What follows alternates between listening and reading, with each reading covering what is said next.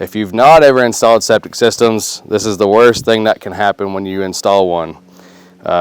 You know, these are large plastic tanks. Even with a concrete tank, they really don't weigh a whole lot, and essentially it's a boat that you're putting in the ground, because it's just a large void of air.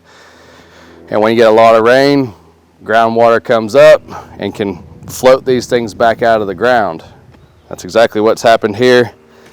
If you take a look inside here, it's completely empty, wide open. When we install tanks, there's a lot of different ways to do this. You can either strap the tank down using some cross ties down on the ground and a large strap over top of it. Then you do your backfill, so it's hard for the water to push this back up. But typically the best way is to at least fill these halfway full of water.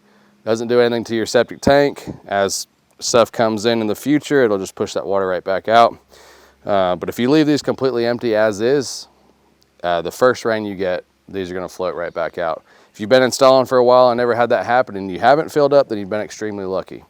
So if you're a new installer, you're installing these tanks, plastic or concrete, always at least fill these halfway with water. Make sure that's included in your price, because this is a whole lot more expensive when you have to come back out, take this tank back out of the ground, re-dig everything, put it back in, then fill it up and get your lines tied back in correctly.